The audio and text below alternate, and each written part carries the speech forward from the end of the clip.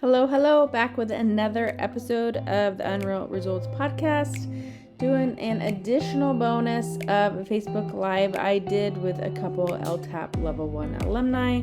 This conversation is with my friend and colleague, Dr. Katrina Kneeskern. She is a physical therapist in the Minnesota area, and she joins us to discuss sort of like what led her to the LTAP Level 1 course and how she's been integrating it in her work since participating in the online course last fall, and then sort of her insights from getting to experience an in-person course this past weekend in Denver. So super stoked to share this conversation with you. It was really great. She had some really wonderful points, and I hope you enjoy. Hello. Welcome. I appreciate you making it. We are live in the Facebook group, so yeah. It's super fun. But we're here. We're going. Yeah, I appreciate you helping me out. Of course. Yeah, I've been kind of nonstop since the course. So yeah. I feel like you're always nonstop. And it's like it's kind of your MO. Yeah, you're right. You're not wrong. Yep. I was bragging about you though to my bestie that I was staying with in Colorado. She's an OBGYN that runs a practice, and like her niece is a PTA, and I was just like, she's like, I want all of her info because she's doing a functional medicine stuff. So I shared your podcast and your website, and so she was super excited to learn from you too. Oh, I appreciate that. Love that. Yeah, so I was gonna say, like I said, I'm live in the Facebook group. This is the Facebook group for the everybody that was a participant in the missing link this past week. That's where I started. That's where you started. Yep. So, for those of you joining us, this is my friend and colleague, Katrina. She is your PT. Yeah, you're a PT. Where's home? Minnesota. Minnesota, that's right. I always ask you that. I don't know why I can't get it in my brain. Maybe because I've not been there, so it's like seems like this weird foreign place to me. It is. But yeah, so you're PT in Minnesota. Like you said, you're fairly new. I think it was the last round that you joined, like last fall that you joined the Online link. Yep, and then the online course, and then you've been devouring the podcasts, and then you joined me this past weekend in the Denver course, the in-person course. So for these Facebook lives, and I also end up putting on the podcast because I found that people who even have already gone through the course, they like to hear from other people, like how they're using it, how it fits in their practice, like what changed, what brought you even in. So, this is not a super like formal thing. Interview is just more of a conversation. So, but I think it is really helpful for people to hear sort of what led you to me, like what unwanted experience were you having that you were hoping that the LTAP and learning from me could help you with. So yeah, you can do a little intro about yourself too, like maybe the patient population that you work with, etc. Well, and I thought and you can always cut me off if it's TMI, but just to give even like more background of, so I originally, like I was a dancer growing up, dancer, figure skater, gymnastics, started seeing a PT when I was 12 for injuries, right? And in my journal from 8th grade said I wanted to be a dance major, physical therapy minor. So I always knew I wanted to do that. And I was originally a dance major, musical theater minor in New York City. So I was a dancer first. And then, so I was always very in tune with my body and injury. And when I left the dance world, I went into the PT world. It just turned to be very orthopedic, research, black and white. And I just never felt like it made sense, and I would always get kind of glared at by my classmates because I can't regurgitate information. I like the why. I would ask a lot of questions, and I can't just accept things as they are, like, without knowing the why or the root cause of that. And then throughout my PT career, I've been a DPT 16 years. I just started to hate my like career and profession. It was very machismo, very cut and dry. Oh, sorry. My dog is you're good. You might have a little puppy in here. Yeah. You missed me. Um so then I did like fellowship. So I did spinal manipulation, cupping, needling, trying to learn more. And it wasn't until I did a pelvic floor residency like 3 years ago. I also got certified in Kundalini yoga, which is like breath and meditation, learning the nervous system, regulation. I myself went through trauma, GI stuff. Um, and then going into the pelvic floor about 3 years ago, it was finally all the things that I'd learned before was like accepted about the nervous Right. system regulation and how it's all connected and how the learning visceral stuff was brand new to me and stuff in my old brain that was like, oh, that's all woo woo. But then in my own body, I had stomach surgery, GI stuff, nervous system dysregulation, hormonal imbalance, and all my tests came back normal and everything was fine and no one could figure out, or I did all the regular PT and nothing made sense until I started getting some visceral stuff and addressing more not true orthopedic or black and Right. white.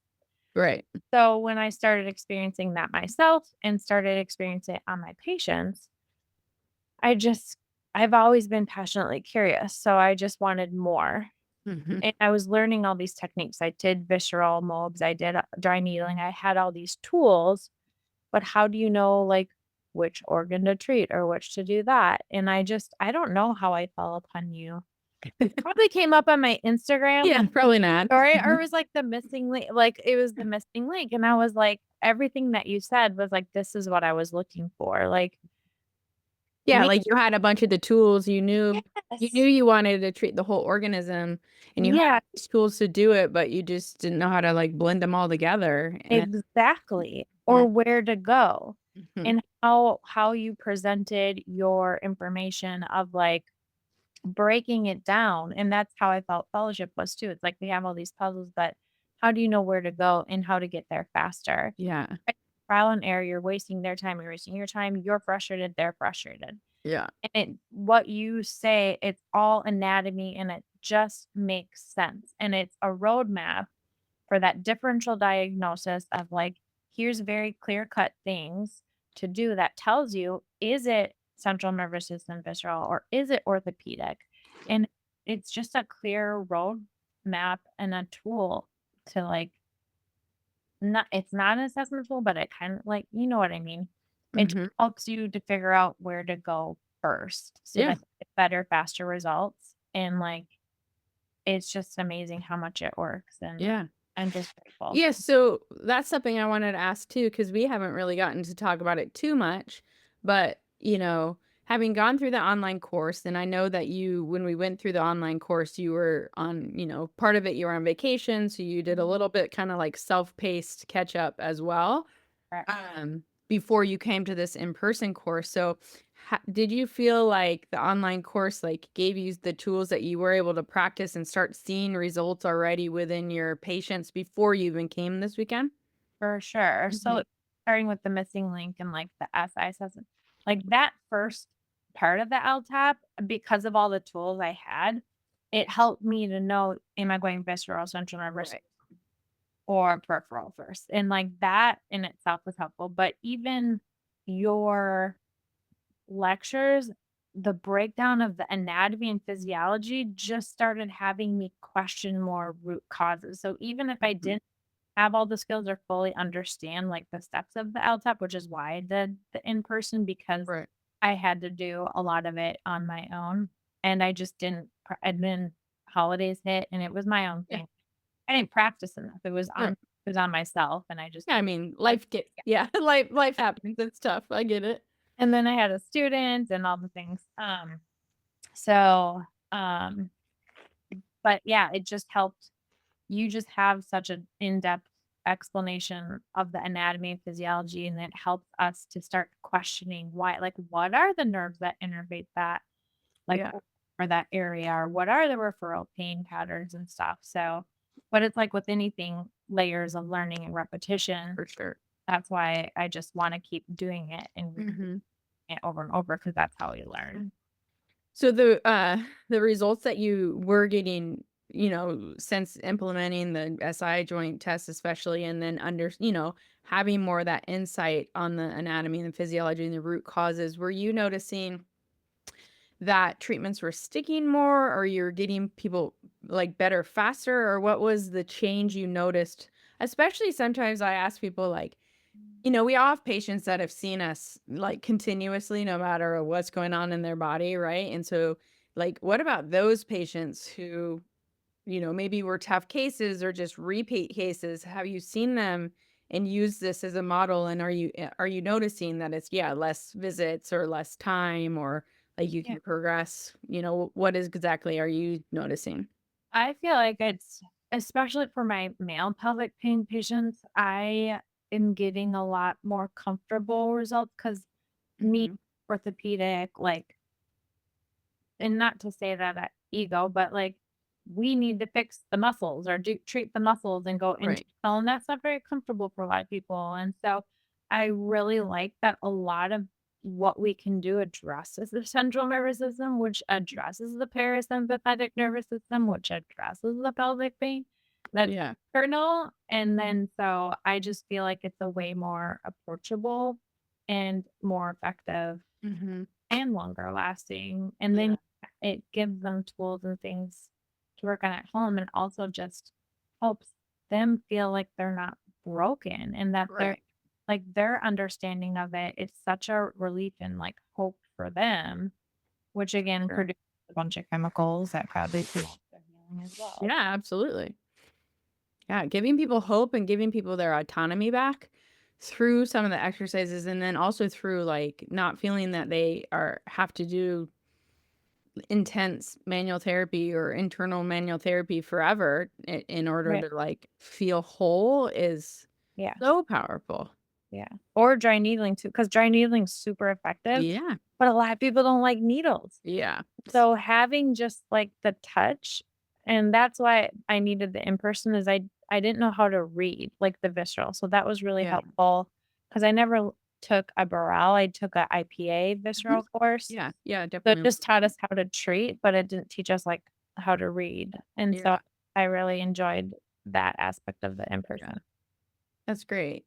Yeah, the sometimes, I'm assuming too that this is kind of pelvic pain can often be kind of like people with back pain, like I mean, any sort of more like chronic or longer term pain, or Mhm. like pain that we all know is gonna like be cyclical in nature or come and go, is like oftentimes patients are just looking to guidance on like how to understand their flare ups and how to manage their flare ups. And so yeah, when you give them all these tools and understanding around what's going on, like from a Right. nervous system's perspective, from a visceral perspective, and be like, you don't have to get, the next time you get flared up, whatever it may be, like instead of like, you know, getting depressed and like taking pain meds or like waiting to get on your physical therapy schedule, like there's all these things that you can do to take care of yourself while you're waiting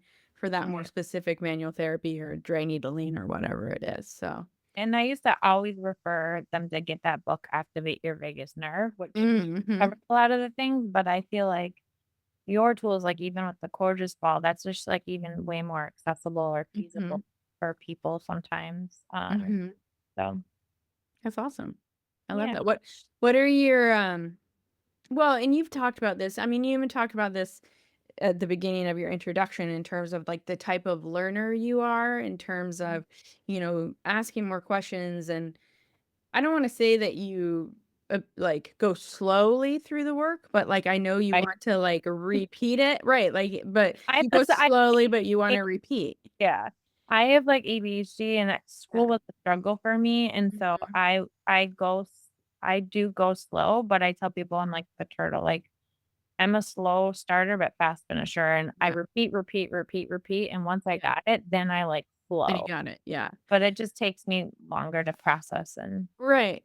And so why I'm asking that and bringing it up is just, there's a lot of people that come through my programs that are just like you and like, have some like neurodivergence, like the ADHD that makes learning hard, period, in any setting, whether it be in person, school, or online.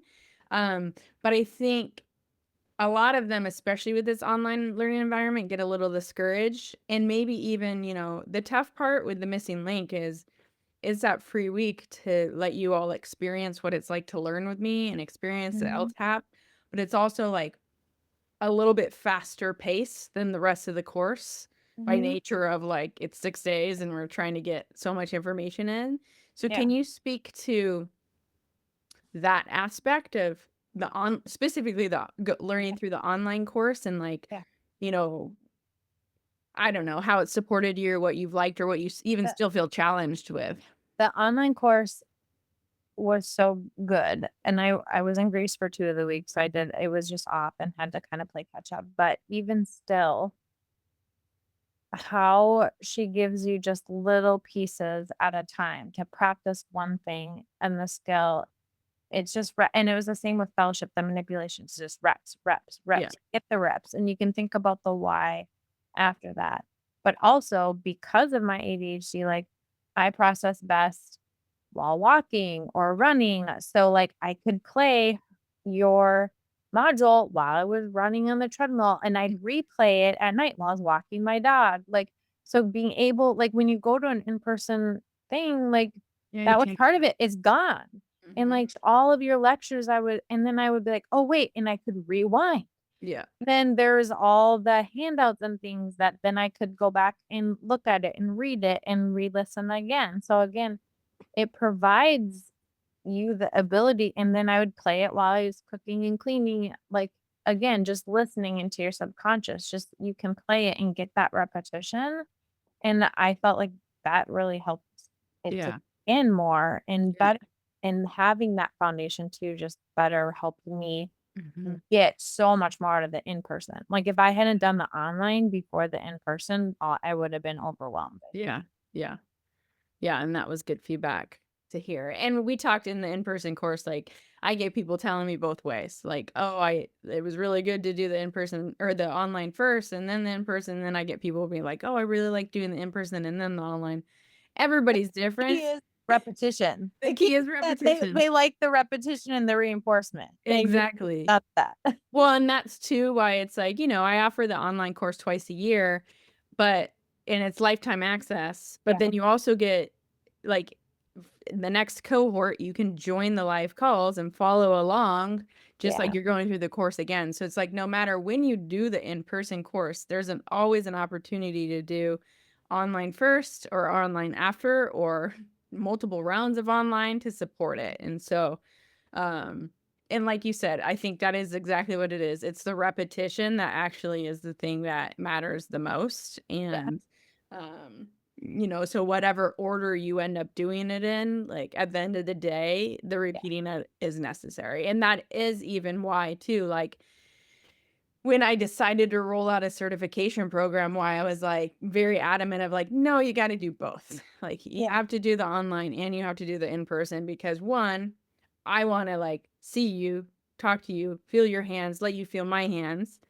But then also, I know that it forces the repetition. And I just, yeah, I mean, and actually, it's funny that you said that that's how the manual therapy fellowship was for you. And that's where like, that's what they highlighted because whenever I teach, I always end up sharing about one of my first Con Ed courses when I was a professional was some muscle energy technique courses. There's 3 of them that I took from the same teacher. His name was um, Pete Emerson. I always want to say Pete Mitchell, but that's from Top Gun. That's like Oh. Tom Cruise's character from Top Gun. Um, Oh, so his I'll take course running. So it was Pete Emerson, and his background was he was a high velocity manipulative Yeah. PT, and so and that's what he hammered home with us was like repetition, like Forget that, like, don't even worry about the interpretation. Like, your whole goal of the class is repetition, to get the assessment in your hands, to get the treatment in your hands. And then when you go back to work on Monday, he's like, I don't care who your patient is. Every single patient gets this technique.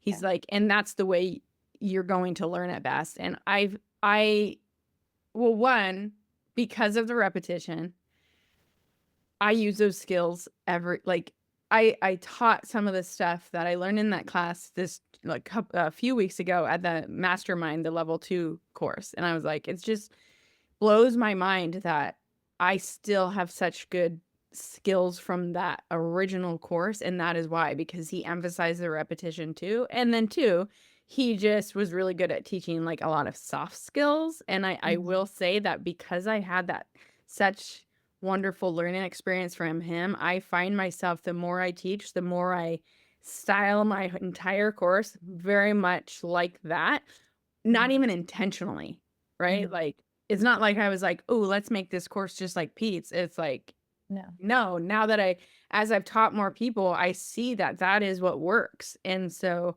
I have like done it organically, but then now I reflect, I'm like, it's literally exactly what his course was like. And so I'm But you like, how teach from cool is that? you teach from your own experience. Yeah, for And sure. so you have something that works, it becomes a part of who you are. Yeah. Yeah.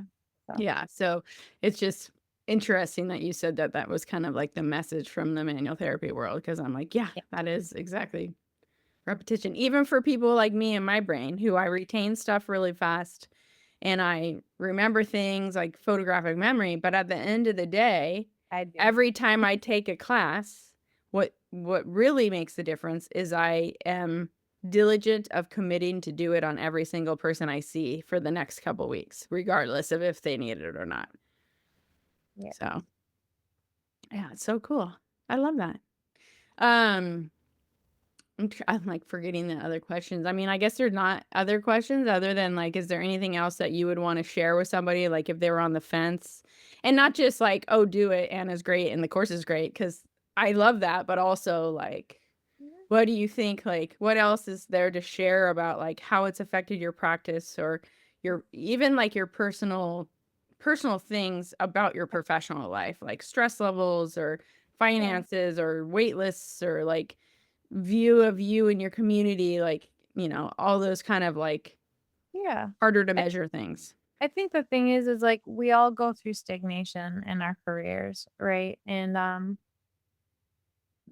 I've had to struggle through multiple moves. Like I've lived in Arizona, Minnesota, California, Colorado. Like COVID, I was bagging groceries in Whole Foods. Like just a lot of like in health extremes, like hospitalization. So I just have a different perspective. And I think you are never losing out when you invest in yourself. And the thing is like I paid $20,000 to $25,000 out of pocket for fellowship, for healthcare mastermind for that. And like when you think abundantly, whatever you put out there will come back to you. So like Absolutely. that amount that I invested, I ended up getting a different job that paid me exactly that much more. Or like, there was like different things where I did the mastermind and then there was like an affiliate thing, and how much the like mastermind costed ended up giving me that. Like, so there's just little, or like I got that amount in a tax refund. Like there's just different things. And also like your happiness is not going to be in stuff, and we're constantly being sold to. And like that $20,000 or $2,000 new iPhone or a ring can like be put on hold, and that this will seem like nothing 5 years from now. And it will bring you so much happiness and joy to feel confident and competent and help other people. And that again, whatever you're investing, it will be paid back to you with interest. Yeah. Even like it's just like don't even money is just so subjective, and I know it's important. But like you can always make more money, but like these experiences and when you're learning in your brain and making these connections, like they're going to bring you such more lasting happiness that you're not going to need or want another dopamine fix from the next Lulu jacket or whatever. Like, I don't know.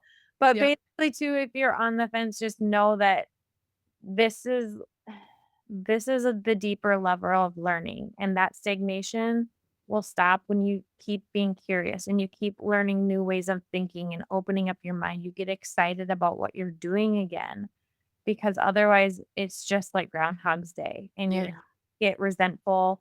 You start to get resentful at your patients, but really it's because you're unhappy. You're unhappy that you're not getting different results, or there's something in your life that you're not looking forward to. And when you learn new skills and new ways of helping people, it excites you.